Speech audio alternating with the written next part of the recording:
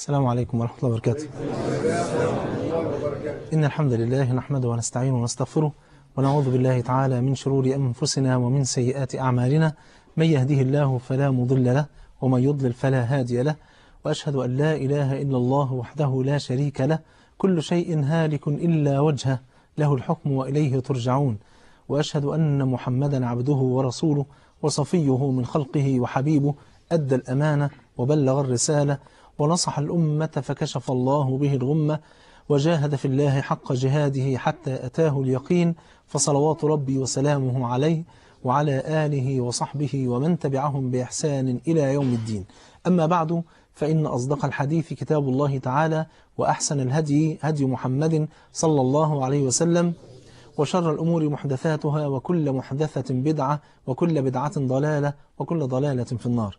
أما بعد، فمرحبا بإخواني وأخواتي وأهلي وأحبابي، مرحبا بكم مرة أخرى مع سيرة الصديق رضي الله عنه وأرضاه. الحقيقة دي الحلقة الأخيرة تقريبا في حياة صديق الأمة الأكبر أبو بكر الصديق رضي الله عنه وأرضاه. كان الحلقة الماضية كان موقف أبو بكر الصديق عند وفاة النبي صلى الله عليه وسلم. تعالوا نشوف بقى فترة خلافة سيدنا أبو بكر قد إيه كان فيها خير، وقد إيه كان فيها نصرة لدين الله سبحانه وتعالى. كان من الأشياء العظيمة جدا يا جماعة اللي عملها أصحاب النبي صلى الله عليه وسلم قبل وفاة النبي، إنهم بايعوا خليفة للمسلمين. إن ما كانش ينفع أبدا إن الدولة المسلمة تعيش بلا حاكم وبلا خليفة، ما ينفعش. فكان من الفطنة ومن يعني الحكمة إن لازم يكون في خليفة حتى قبل دفن النبي صلى الله عليه وسلم. وبالفعل اللي حدث يا جماعة إن حدثت فعلا في اللحظة ديت كانت يعني هتكون فتنة عظيمة جدا بين الصحابة، لكن في النهاية أصحاب النبي صلى الله عليه وسلم أكثر الناس يعني وقوفا عند الحق ورجوعا إلى الحق رضي الله عنهم جميعا وأرضاهم. ما كانش في حد من أصحاب النبي يا جماعة يريد دنيا أبدا. اللي حصل في سقيفة بني ساعدة باختصار شديد إن الأنصار اجتمعوا على سعد بن عبادة وقالوا بس نخليه هو يبقى خليفة رسول الله صلى الله عليه وسلم. وبعدين بعضهم قال لا، منا أمير ومنكم أمير، يعني يبقى واحد من الأنصار واحد منين؟ من المهاجرين. إلى أن جاء أبو بكر هو وعمر وأبو عبيدة الثلاثة رضي الله عنهم وارضاهم، راحوا للأنصار في سقيفة بني ساعدة. سيدنا عمر حب يتكلم، فسيدنا عمر أسكت. سيدنا أبو بكر قال له انتظر يا عمر. فقال عمر والله ما أردت إلا أن أهيئ كلاما كان قد أعجبني حتى أهيئ الحديث لأبي بكر، لأن أنا قلت أقول كلمتين حلوين كده يعني أمهد الجو كده عشان أبو بكر هو اللي يتكلم. قال عمر فتكلم أبو بكر فتكلم أفصح الناس رضي الله عنهم جميعا. فقال أبو بكر كلمة بسيطة جدا، قال نحن الأمراء وأنتم الوزراء. صح، انتوا لازم يكون لكم مكانه وقدر، انتوا ضحيتوا وعملتوا، لكن مش القصد الدنيا. لكن ما ينفعش يكون في حد قبل سيدنا أبو بكر هو أفضل الناس بعد الأنبياء والمرسلين رضي الله عنه وأرضاه. فقال نحن الأمراء وأنتم الوزراء. فقال حباب بن المنذر لا، بل منا أمير ومنكم أمير. فقال أبو بكر بل نحن الأمراء وأنتم الوزراء، قوموا فبايعوا عمر أو أبا عبيدة. يبقى الأصل إيه؟ أبو بكر ما كانش عايزها لنفسه رضي الله عنه وارضاه. الدنيا دي ما تشغلهمش يا جماعة. هو بيقول ما ينفعش يكون واحد، لازم يكون واحد من المهاجرين الذين تحملوا أعباء الدعوة من الأول مع النبي صلى الله عليه وسلم. هم دول اللي شالوا الدعوة على أكتافهم رضي الله عنهم وارضاهم. طبعا والأنصار لهم دور عظيم جدا رضي الله عن أصحاب النبي أجمعين، وصلوات ربي وسلامه على أستاذهم ومعلم البشرية أجمعين صلى الله عليه وسلم.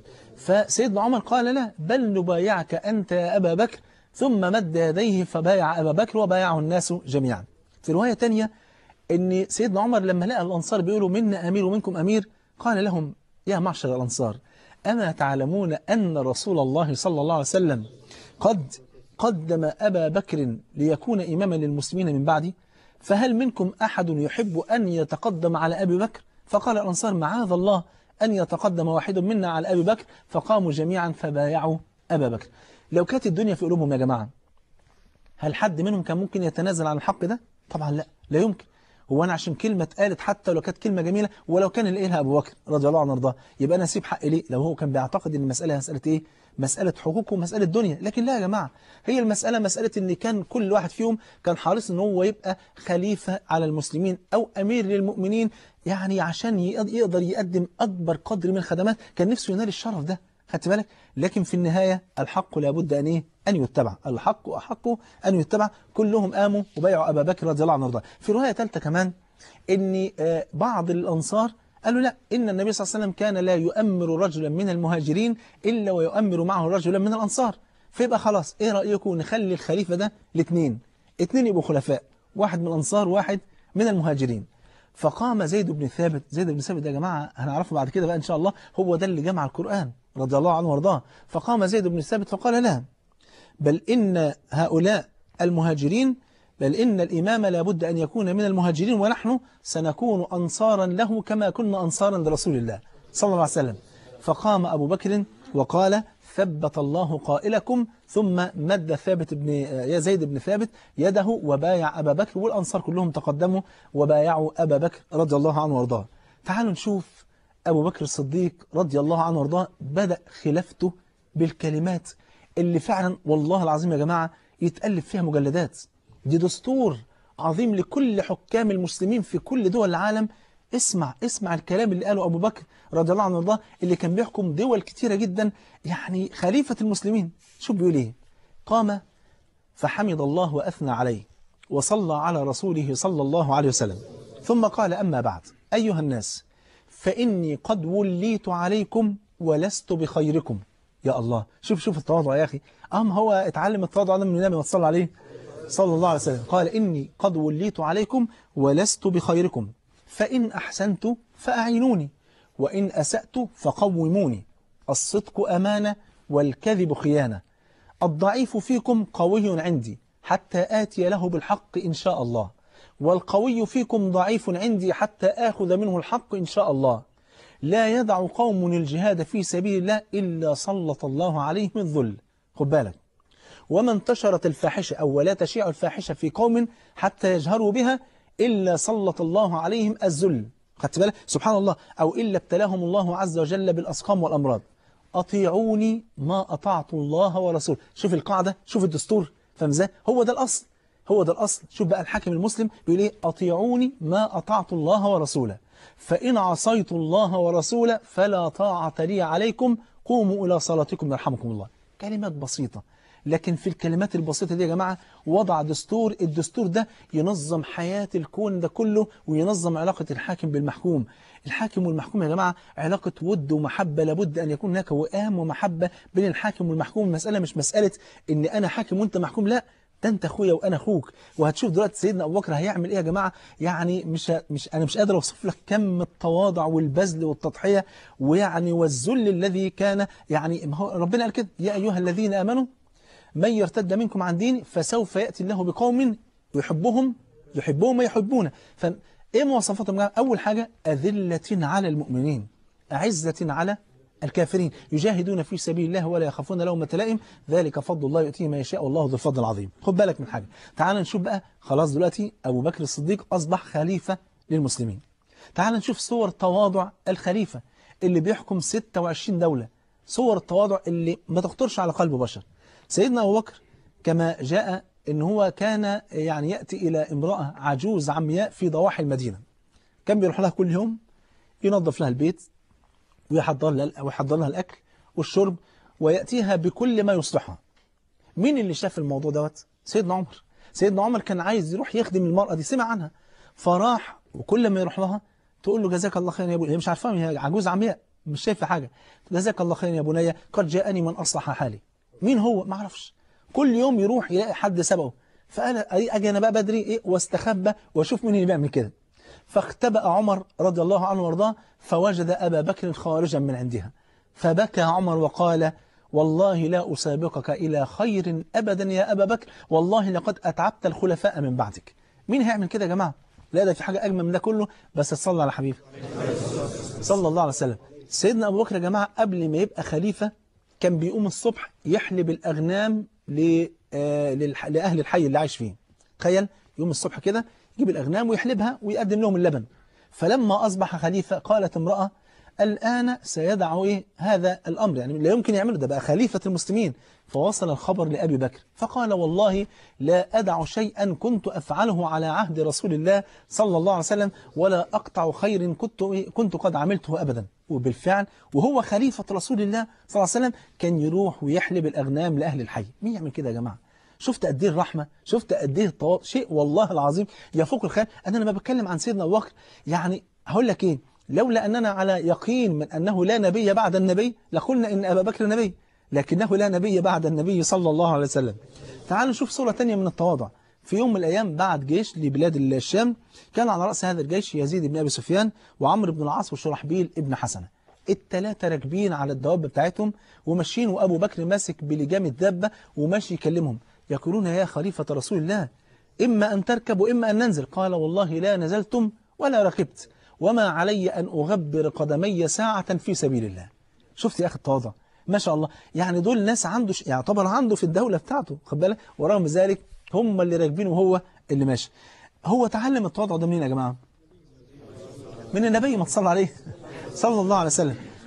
النبي صلى الله عليه وسلم سيد المتواضعين بأبي هو وأمي صلى الله عليه وسلم. سيدنا أبو بكر لما يشوف النبي، والحديث عند الترمذي في سند صحيح، لما يشوف النبي وهو نايم على حصير، وده مين؟ سيد ولد آدم، اللي لو سأل ربنا أن يحول له الكرة الأرضية دي كلها لكتلة ذهب كان حولها له صلى الله عليه وسلم.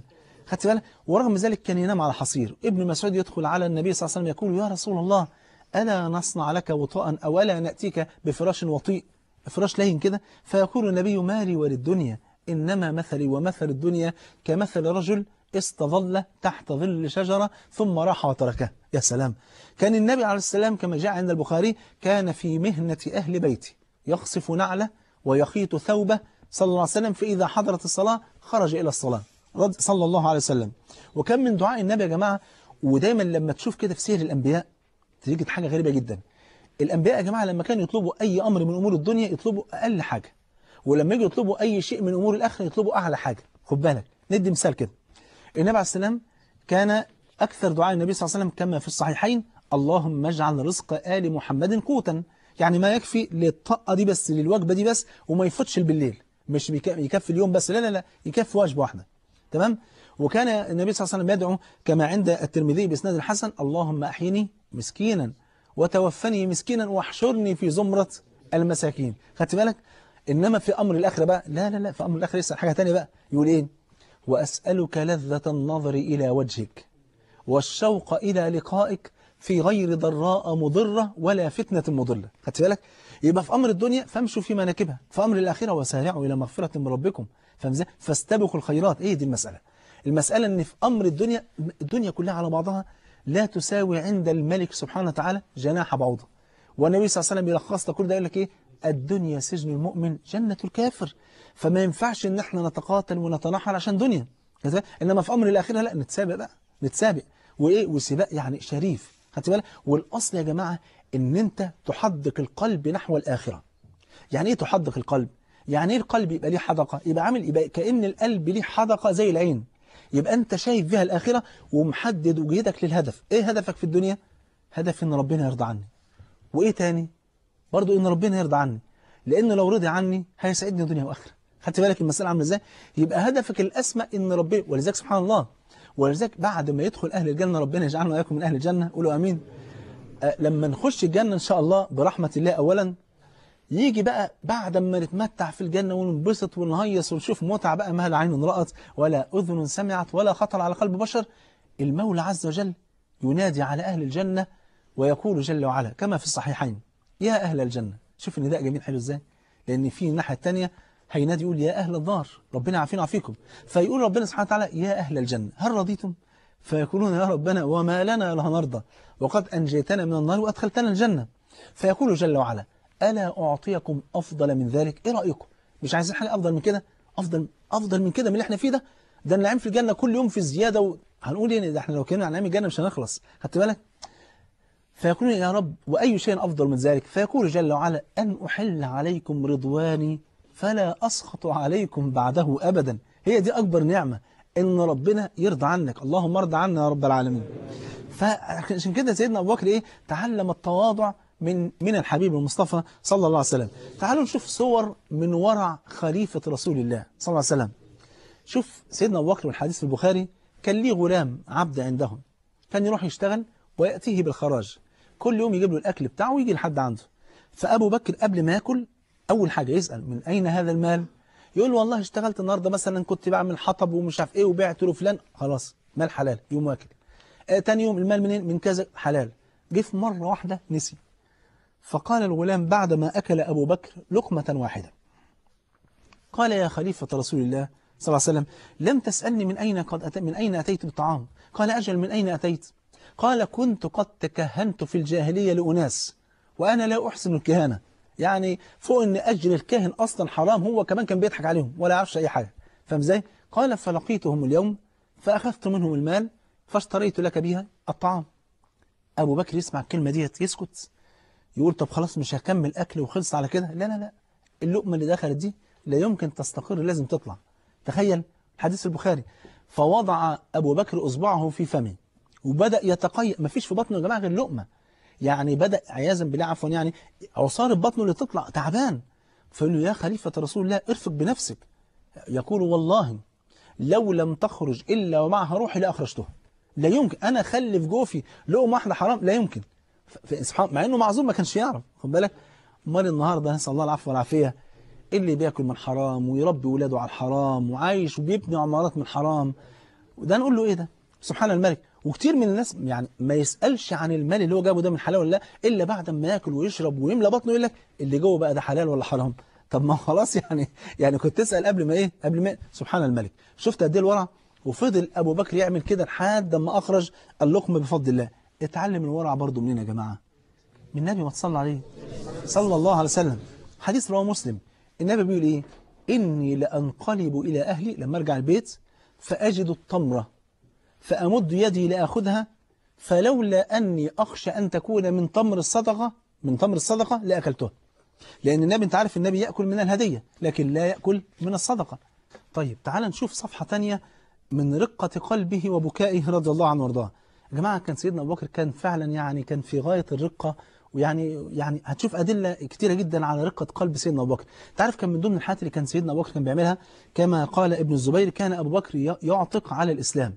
يعني كان لما يعرف ان حد من عبيده أسلم كان يعتقه لوجه الله. تخيل، لدرجة ان أبي بكر اللي هو أبو قحافة قال له: يا بني إنك تعتق أناسا يعني ضعفاء، فهل اشتريت عبيدا أقوياء ينفعونك في تجارتك؟ فاهم ازاي؟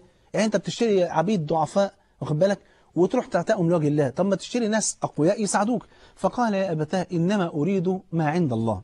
خدت بالك؟ فنزل قول الله عز وجل: وسيجنبها الأتقى الذي يؤتي ماله يتزكى وما لأحد عنده من نعمة تجزى إلا ابتغاء وجه ربه الأعلى ولسوف يرضى. ولذلك شوف بقى مظهر رقة قلب أبي بكر في مشهد تاني جميل قوي. فاكر لما المسلمين انتصروا في غزوة بدر وكان في أسارة، كان حوالي 70 أسير، خدت بالك؟ فالنبي حب يستشير الصحابة: نعمل إيه بالأسارة دولت؟ يا ترى نقبل الفدية ولا نقتلهم؟ فسأل أبي بكر. طب أبو بكر هيقول له إيه؟ ده المشركين عملوا إيه فيهم يا جماعة؟ ده المشركين دول قتلوا الصحابة وعملوا فيهم اللي ما يتعملش، ويعني عذبوهم وطردوهم من البلد، عملوا فيهم اللي ما يتعملش. ورغم ذلك شوف أبو بكر يعمل إيه؟ قال له: يا رسول الله، هؤلاء بنو العم والعشيرة، وإني أرى أن تأخذ منهم الفدية فيكون ما أخذناه قوة لنا على الكفار، وعسى أن يهديهم الله عز وجل فيكونوا لنا سندا وعضدا. يا سلام، شفت قد ايه الرحمة؟ يعني بيقول له رسول الله: احنا مش هنستفيد حاجة من قتلهم، بالعكس ناخد الفدية ولعل وعسى الفلوس دي تنفعنا في ان احنا نقدر نقف قدامهم، او ان ربنا يهديهم فيكونوا لنا ايه؟ سند وعضد بفضل الله سبحانه وتعالى. لما أراد سيدنا أبو بكر أيضا يهاجر لبلاد الحبشة، لما اشتد إيذاء الكفار بالمسلمين، فقابله مين؟ واحد اسمه ابن الدغنة. راح فين يا أبو بكر؟ قال له: من كثرة ما أوذينا أريد أن أهاجر إلى بلاد الحبشة. قال: لا يا أبا بكر، إن مثلك لا يخرج ولا يخرج، إلا زيك أنت راجل فاضل، فإنك تحمل الكل وتكسب المعدوم وتعين على نوائب الحق وتقري الضيف وتفعل كذا وكذا، لا أنت اللي زيك إيه؟ محدش يخرجه. فرجع إيه؟ فدخل في جوار ابن الدغنة. خلاص يا جماعة الراجل ده في حمايتي، محدش يتعرض له. أبو بكر عمل إيه؟ اشترطوا عليه شرط واحد: إن أنت ما تجهرش بإسلامك ولا بصلاتك، صلي في بيتك واقفل على نفسك عشان ما تفتنش إيه؟ النساء والصبيان.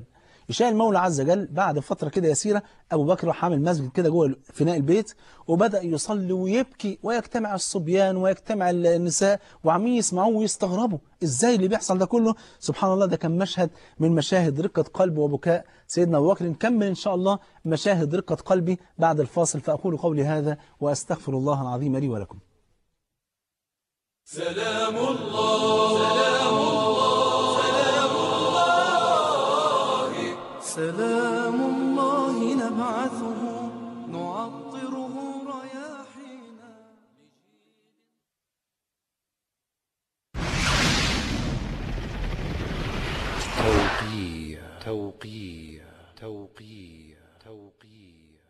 تعلموا العلم، فإن تعلمه لله خشية، وطلبه عبادة، ومدارسته تسبيح، والبحث عنه جهاد، وتعليمه لمن لا يعلمه صدقة، وبذله لأهله قربة، وهو الأنيس في الوحدة والصاحب في الخلوة.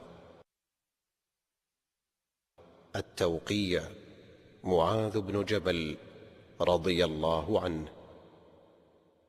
سلام الله سلام الله سلام الله نبعثه. السلام عليكم ورحمة الله وبركاته. بسم الله والحمد لله والصلاة والسلام على رسول الله صلى الله عليه وسلم. مرة تانية نرجع يا جماعة لقصة سيدنا أبو بكر رضي الله عنه وارضاه. لما نشوف فعلا صور من رقة قلب هذا الرجل وبكاء من خشية الله، ترى العجب العجاب.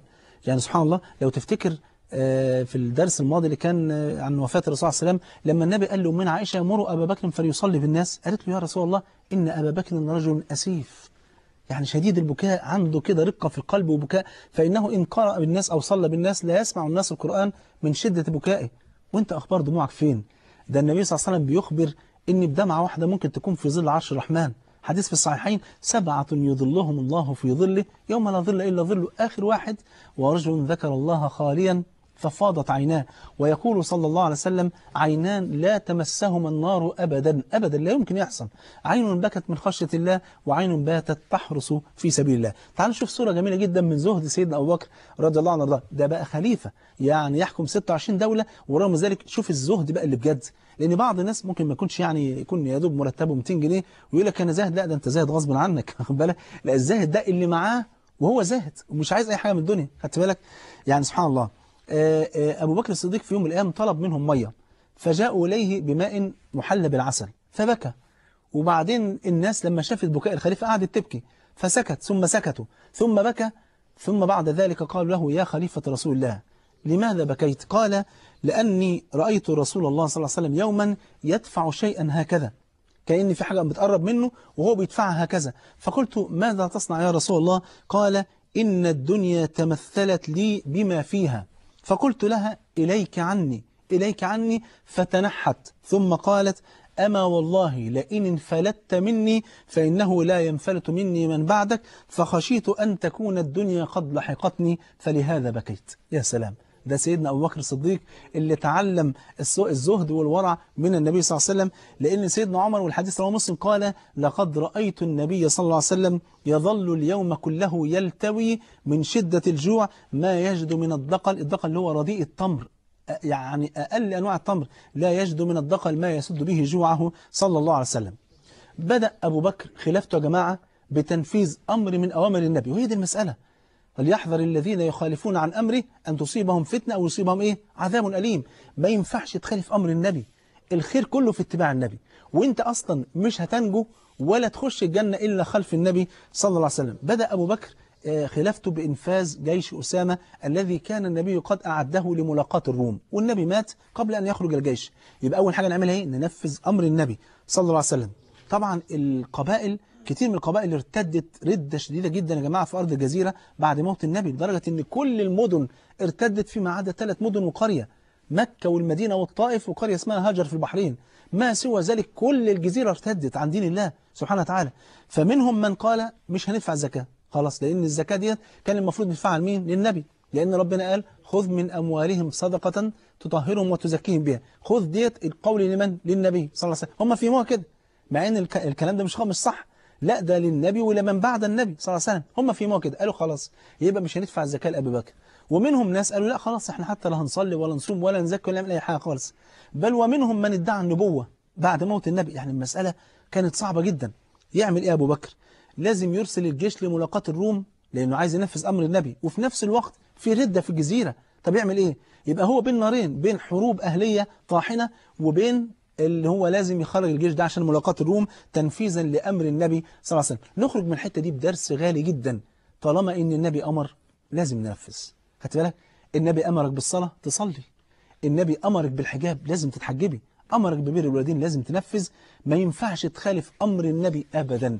لازم تسمع كلام النبي. وما كان لمؤمن ولا مؤمنة إذا قضى الله ورسوله أمرا أن يكون لهم الخيرة من أمرهم. فلا وربك لا يؤمنون حتى يحكموك فيما شجر بينهم ثم لا يجدوا في أنفسهم حرجا مما قضيت ويسلموا تسليما. يا جماعة بيوت كتير النهاردة مليانة مشاكل، نسبة الطلاق زادت بشكل لا يخطر على قلب بشر، لأن البيوت أو أكتر البيوت إلا ما رحم الله بعدت عن شرع الله وبعدت عن طاعة رسول الله. حصل ما بينهم مشاكل، لأن لا يمكن القلوب تجتمع إلا على طاعة الله، لا يمكن، محال أن القلوب تجتمع على دنيا ولا على مال ولا على منصب ولا على أي حاجة، لا تجتمع إلا على محبة الله وإلا على اتباع رسول الله صلى الله عليه وسلم. المهم يا جماعة ابتدى الجيش يتحرك، هيخرج سيدنا أسامة بن زيد يعني عشان سيدنا أبو بكر ينفذ أمر النبي صلى الله عليه وسلم. طبعا في ناس أشارت على أبو بكر إنه ما يخرجش الجيش، ناس كتير قالوا ما ينفعش، ده أنت النهاردة هيبقى في حرب أهلية، حروب المرتدين، وبعدين تخرج الجيش في الوقت ده صعبة جدا،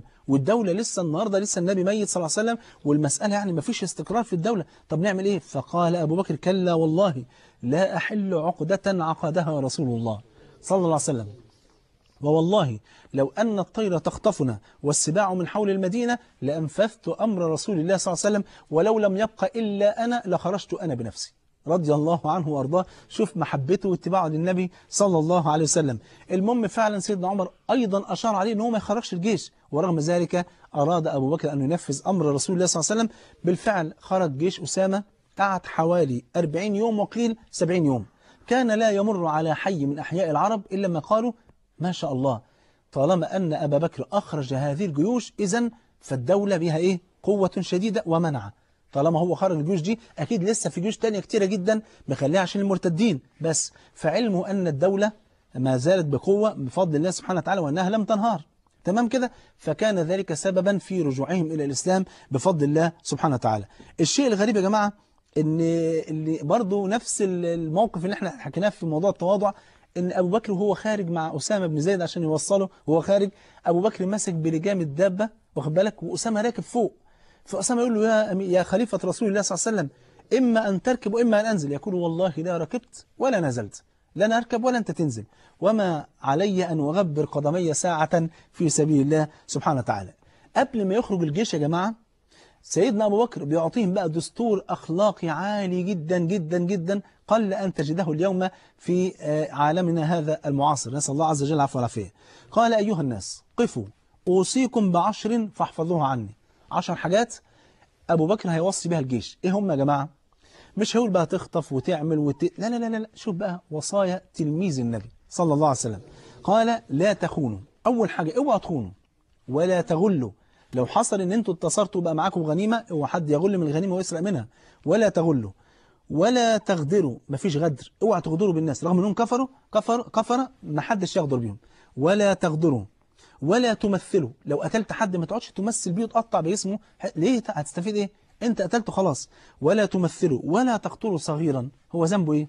ولا شيخا كبيرا لانه ما بيحاربش، ولا امرأة برضه ما بتحاربش، ولا تعقروا نخلا ولا تحرقوه، النخل لا تقطعوه ولا تحرقوه، ولا تقطعوا شجرة مثمرة، لأن إما هم إن هم ينتفعوا وإما إن أنتوا إيه تنتفعوا، واخد بالك؟ ولا تذبحوا شاة ولا بقرة ولا بعيرا إلا لمأكله، هتذبحوها عشان تاكلوا ماشي، إنما هتذبحوها على وجه الإفساد حرام عليكم، خدت بالك؟ وسوف تمرون بأقوام قد فرغوا أنفسهم في الصوامع لعبادة الله فدعوهم وما فرغوا أنفسهم له.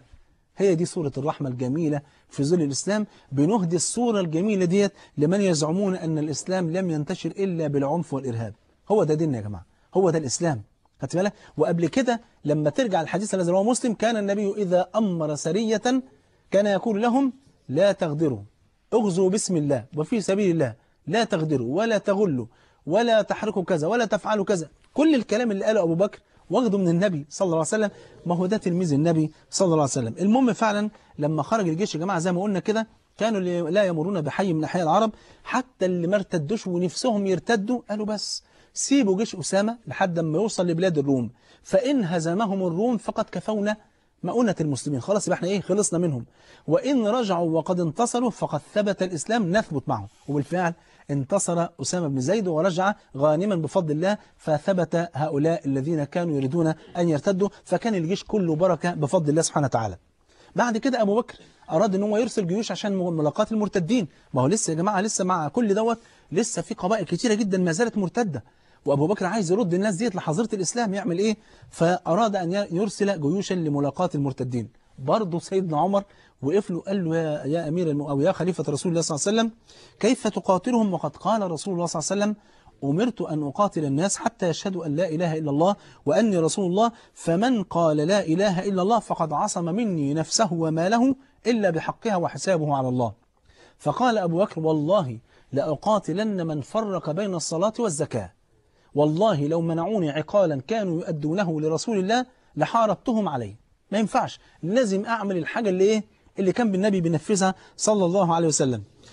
وفي رواية قال له عمر بن الخطاب يا أمير المؤمنين أو يا خليفة رسول الله تألف القوم وارفق بهم، يعني بالراحة كده معهم. فقال له أبو بكر رجوت نصرتك يا عمر وجئتني بخذلانك، أجبار في الجاهلية خوار في الإسلام، إنه قد تم الدين وكمل، أينقص الدين في عهدي؟ والله لا يكون ذلك أبدا، ولا أحل عقدة عقدها رسول الله صلى الله عليه وسلم، والله إني لأرجو من الله عز وجل أن يعودوا جميعا إلى الإسلام. وبالفعل خرج هؤلاء الصحب الكرام وقاتلوا المرتدين، وتوالت الانتصارات بفضل الله سبحانه وتعالى، وتم القضاء على المرتدين، ودوخت جيوش المسلمين الفرس والروم بفضل الله سبحانه وتعالى. تعالوا نشوف موقف جميل جدا من اليقين العالي جدا اللي كان في قلب أبي بكر رضي الله عنه وارضاه، بس بعد ما تصلي على حبيبك صلى الله عليه وسلم. سيدنا أبو بكر كان مطلع جيش أسامة عشان يحارب مين؟ الروم، ومطلع جيوش تانية عشان تحارب المرتدين، وهيطلع جيوش تالتة عشان تحارب الفرس. طب ايه ده كله؟ ايه اليقين ده كله؟ طب وازاي هتحارب الفرس؟ ده الروم قوة عظمى والفرس أيضا قوة عظمى، ازاي هتطلع؟ قال لك لأن كان في يقين في قلب أبي بكر يعني يفوق الخيال، يقين فوق ما تتخيل. لو الأمة الآن في قلبها ذرة يقين ممن كانت في قلب أبي بكر لانتصرنا بفضل الله سبحانه وتعالى. خد بالك من حاجة بقى، أنا أوضح لك الصورة عشان تشوف قد إيه اليقين اللي كان في قلب أبي بكر. دولة المسلمين يا جماعة كانت دولة ناشئة، لسه دولة يعني بقى لها كام سنة، ما لهاش مثلا 200 سنة 300 سنة 1000 سنة، لا دي سنوات معدودة، يعني دولة ناشئة دي أول حاجة، وصغيرة لم تخرج عن جزيرة العرب، يعني دولة المسلمين ما زالت في الجزيرة، ما خرجتش لسه لحد الآن. طيب حاجة تانية، الدولة ليس لها أي تاريخ في الحروب النظامية، بالبلد كده ما عندهمش خبرة في إنهم دخلوا مثلا 100 حرب ولا 200، لا ده هي غزوات معدودة على الأصابع، فما عندهمش خبرة في الحروب النظامية. ثالث حاجة إن خارجة من حرب طاحنة أهلية اللي هي حروب حروب الرد، يعني الجيش تعبان. طيب في المقابل بقى شوف العدو بتاعهم اللي هو دولة الفرس. دولة الفرس بتقتسم الكرة الأرضية كلها مع الروم، دي واخدة نصف الكرة الأرضية ودي واخدة نص التاني، يعني دولة ضخمة جدا وكبيرة. ادي حاجة. الحاجة التانية عندها خبرة وتاريخ قديم جدا جدا في الحروب النظامية. ثالث حاجة جيوش الفرس تتعدى الملايين، جيوش المسلمين لا تتعدى الآلاف. خدت بالك؟ يعني كان المسلمين لما يقابلوا الفرس في كل معركة يلاقوا أقل عدد طلع لهم من الفرس كام؟ 60,000، وعدد المسلمين كبرهم قوي 10,000، ويوم ما اكتملت العدة كانوا 18,000. إذا في تفاوت عالي جدا. طب ايه اللي خلى ابو بكر هيطلع؟ شوف بقى اليقين يا اخي، يا سلام يا سلام على تلميذ النبي صلى الله عليه وسلم. شوف اليقين، يقين عالي جدا يا جماعه احنا لا نقاتل القوم زي ما حصل من عبد الله بن رواحه في غزوه مؤتة، سريه مؤتة. لو تفتكر عدد المسلمين كان كام يا جماعه؟ 3000، عدد الكفار 200,000. عبد الله بن رواحه لما لقى الناس يعني قالوا لا مش هينفع كده، لازم نبعت للنبي، اما انه يبعت لنا جيش او نرجع او نخش نقاتل. خدت بالك؟ فعبد الله بن رواحه قال يا قوم إن الذي تخافون للذي خرجتم له تطلبون، ووالله إننا لا نقاتل القوم بعدد ولا عتاد ولا قوة ولا منع، وإنما نقاتلهم بهذا الدين الذي أكرمنا الله به، فسيروا وأبشروا فإن الله قد وعدنا إحدى الحسنيين، إما النصر وإما الشهادة، فسيروا على بركة الله. هي دي المسألة اللي يكون فيه يقين. شوف أبو بكر بقى إيه اللي خلاه يعطي هذا القرار بالخروج لملاقاة الفرس. اسمع معايا بس بعد ما تصلي على الحبيب صلى الله عليه وسلم. أول حاجة إن أبو بكر نفسه سمع النبي عليه السلام وهو يبشر المسلمين بنصرة الإسلام. قال صلى الله عليه وسلم، حديث رواه أحمد بسند صحيح، لا يبلغن هذا الأمر يعني هذا الدين ما بلغ الليل والنهار، يعني الكرة الأرضية كلها، ولا يترك الله بيت مضر ولا بيت وبر إلا أدخله الله هذا الدين بعز عزيز أو بذل ذليل، عزا يعز الله به الإسلام وأهله، وذلا يذل به الكفر وأهله. هذه أول حاجة. الحاجة الثانية حديث رواه مسلم، يقول صلى الله عليه وسلم إن الله زوى لي الأرض كلها، جمعها لي، فاهم ازاي؟ فرأيت مشارقها ومغاربها وإن ملك أمتي سيبلغ ما زوي لي منها. دي بشارة من النبي يا جماعة إن الإسلام هيوصل لكل بقعة من بقاع الأرض. طب الكلام ده حصل في عهد النبي؟ لا. في عهد الخلفاء؟ لا. في عهد التابعين؟ برضه لا. أمال يحصل إمتى؟ في عهدنا احنا بقى. خدت بالك؟ الكرة الأرضية دي كلها ستدين لله، ولن يترك الله بيت مضر ولا بيت وبر إلا أدخله الله هذا الدين بعز عزيز أو بذل ذل. دي أول حاجة. تاني حاجة إن أبو بكر سمع النبي وهو بيقول للمشركين قريش، يقول لهم قولوا لا إله إلا الله تملكوا بها العرب والعجم. يبقى إذن من قالها وأيقن بها وعمل بمقتضاها إن شاء الله يأخذ بالأسباب وربنا يملكه العرب والعجم. ثالث حاجة إن الصديق رأى حاجة كانت جميلة جدا حصلت في رحلة الهجرة التي كانت مع النبي صلى الله عليه وسلم لما هاجروا من مكة للمدينة. لما قابلوا سراقة بن مالك لو فاكر، لما حب إن هو يحصر النبي وأبو بكر، إيه اللي حصل؟ فساخت قوائم الفرس في الأرض مرة واثنين وثلاثة. في الآخر طلب من النبي الأمان، فقال له النبي صلى الله عليه وسلم كيف بك يا سراقة إذا لبست سواري كسرى. كسرى ده مين؟ اللي ماسك الفرس، واخد بالك؟ يبقى إذن كده لازم هنملك الفرس وإيه؟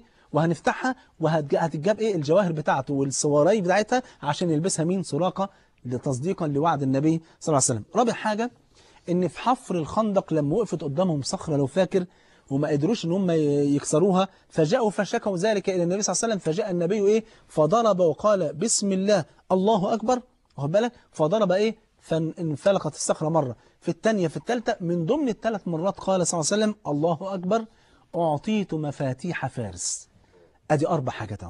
فابو بكر مش ناسي الكلام ده، فعشان كده كان على يقين ان ربنا هينصره على الفرس. خد بالك من حاجه، سيدنا ابو بكر فتح تلتين العراق، خد بالك، اللي كان فيها الفرس، ماشي، وسيدنا عمر كمل التلت الباقي، وسيدنا ابو بكر فتح تلت الشام وسيدنا عمر كمل الباقي. شفت قد ايه الفتوحات كانت في عهده، كل ده ايه؟ بيقين في الله سبحانه وتعالى. تعال نشوف سيدنا ابو بكر وايه وجمع القرآن في عهد ابو بكر. كان في معركة اليمامة، كان من ضمن الحروب المرتدين، كان سيدنا ابو بكر ارسل خالد بن الوليد بجيش كبير جدا عشان يقاتل مسيلمة الكذاب عليه من الله ما يستحقه، فقاتلوه إلى أن يسر الله عز وجل لهم النصر على هذا الرجل. لكن في المعركة دي اتقتل أكثر من 700 واحد ممن يحفظوا كتاب الله من حملة القرآن. سيدنا عمر خاف أن القرآن إيه؟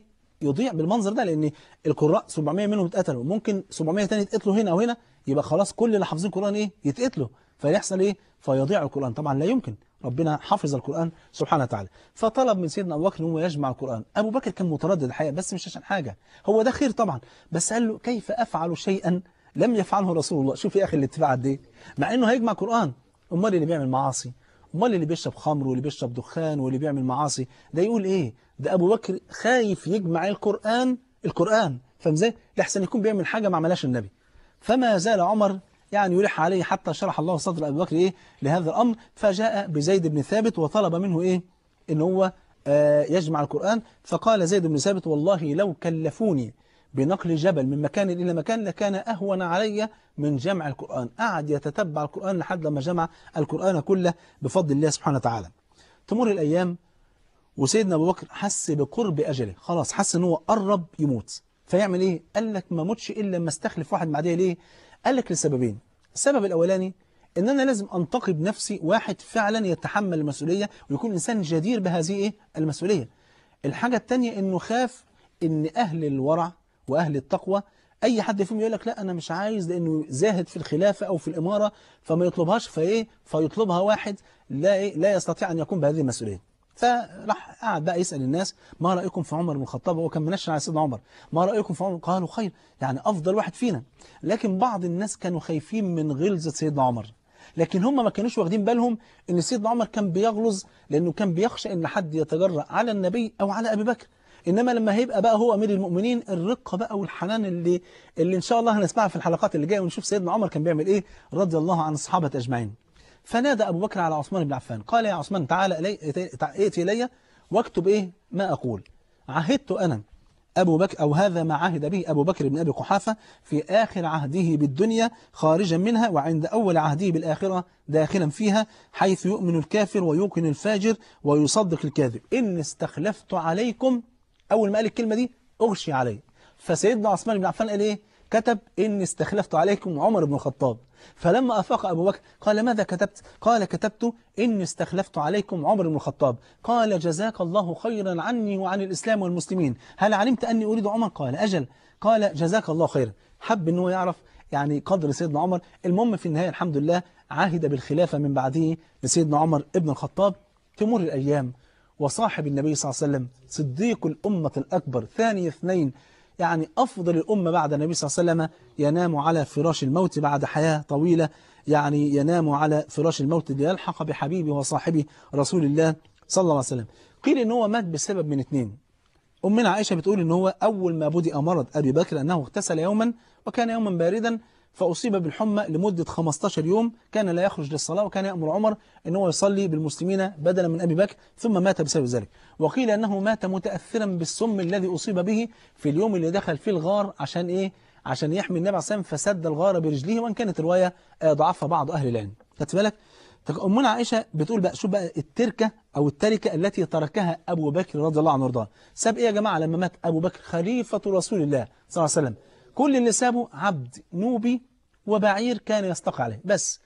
قال هو ده اللي جاني، يعني هو ده اللي كان موجود معايا، هو ده اللي زاد، يعني من يوم ما دخلت بيت خليفة إيه اللي زاد عليه؟ قال له هم الاثنين دول. قال خلاص أرسلوا بها إلى الخليفة الذي يأتي من بعدي، فأرسلوها إلى عمر بن الخطاب فبكى وقال والله لقد أتعبت الخلفاء من بعدك. سبحان الله. وكانت أمنا عائشة كانت واخدة منه بستان، كان هو ادالها كده هدية، فدخلت عليه فقال إنك تعلمين أنك من أحب الناس إلي، ولكني قد أعطيتك بستانا فأريد أن ترديه في الميراث، فردته إلى الميراث رضي الله عنه وارضاه. استمر مرض سيدنا أبو بكر قد إيه يا جماعة؟ 15 يوم، ومات في يوم 22 جمادى الآخرة سنة 13. مات يوم الاثنين زي ما مات النبي عليه الصلاة والسلام، ودفن يوم الثلاث زي ما دفن النبي صلى الله عليه وسلم، وبنفس السن مات وعنده 63 سنة رضي الله عنه وارضاه. وغسلته زوجته أسماء بنت عميس ودفنوه بجوار النبي صلى الله عليه وسلم. عايز أختم الحلقة دي يا جماعة بكلمة جميلة جدا هقرأها عليكم، كلمة قالها سيدنا علي بن أبي طالب في حق أبي بكر الصديق رضي الله عنهم أجمعين.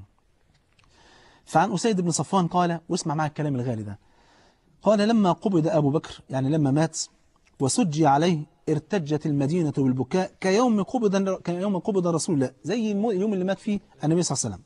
فجاء علي بن أبي طالب ووقف على البيت الذي فيه أبو بكر فقال، اسمع كلام الغالي، فقال رحمك الله يا أبا بكر، كنت إلف رسول الله وأنيسه ومستراحه وثقته وموضع سره ومشاورته، وكنت أول القوم إسلاما وأخلصهم إيمانا وأشدهم لله يقينا وأخوفهم لله وأحوطهم على رسول الله وأحدبهم على الإسلام وأحسنهم صحبة وأكثرهم مناقب وأفضلهم سوابق وأرفعهم درجة وأقربهم وسيلة وأشبههم برسول الله هديا وسمتا وأشرفهم منزلة وأرفعهم عندهم وأكرمهم عليه، فجزاك الله عن رسول الله وعن الإسلام أفضل الجزاء. صدقت رسول الله حين كذبه الناس، وكنت عنده بمنزلة السمع والبصر. سماك الله في تنزيله صديقا فقال والذي جاء بالصدق وصدق به. واسيته حين بخلوا، وقمت معه على المكاره حين قعدوا، وصحبته في الشدة أكرم الصحبة. ثاني اثنان صاحبه في الغار، والمنزل عليه السكينة، ورفيقه في الهجرة، وخليفته في دين الله وأمته.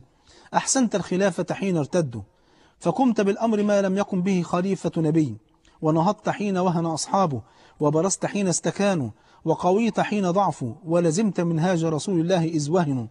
وكنت كما قال رسول الله صلى الله عليه وسلم ضعيفا في بدنك قويا في أمر الله تعالى، متواضعا في نفسك عظيما عند الله جل وعلا، جليلا في أعين الناس كبيرا في أنفسهم. لم يكن لأحدهم فيك مغمز، ولا لقائل فيك مهمز، ولا لمخلوق عندك هوادة. الضعيف الذليل عندك قوي عزيز حتى تأخذ بحقه. القريب والبعيد عندك في ذلك سواء، وأقرب الناس عندك أطوعهم لله عز وجل وأتقاهم. شأنك الحق والصدق والرفق، وأمرك حلم وحزم، ورأيك علم وعزم. اعتدل بك الدين، وقوي بك الإيمان، وظهر أمر الله، فسبقت والله سبقا بعيدا، وأتعبت من بعدك إتعابا شديدا، وفزت بالخير فوزا مبينا. فإنا لله وإنا إليه راجعون. رضينا عن الله عز وجل قضاءه، وسلمنا له أمره والله لن يصاب المسلمون بعد رسول الله صلى الله عليه وسلم بمثلك أبدا. كنت للدين عزا وحرزا وكهفا، فألحقك الله عز وجل بنبيك محمد صلى الله عليه وسلم، ولا حرمنا أجرك ولا أضلنا بعدك. فسكت الناس حتى قضى كلامه، ثم بكوا حتى علت أصواتهم وقالوا صدقت. دي كانت صفحة من صفحات الصديق. الحقيقة الكلام عن سيدنا أبو بكر والله لا ينتهي، لكن حسبنا ما قلناه، فأسأل الله عز وجل أن يجمعنا به مع النبي في الجنة. سبحانك اللهم وبحمدك، أشهد أن لا إله إلا أنت، أستغفرك وأتوب إليك. وصلى الله على نبينا محمد وعلى آله وصحبه وسلم، والسلام عليكم ورحمة الله وبركاته. سلام الله سلام الله سلام الله سلام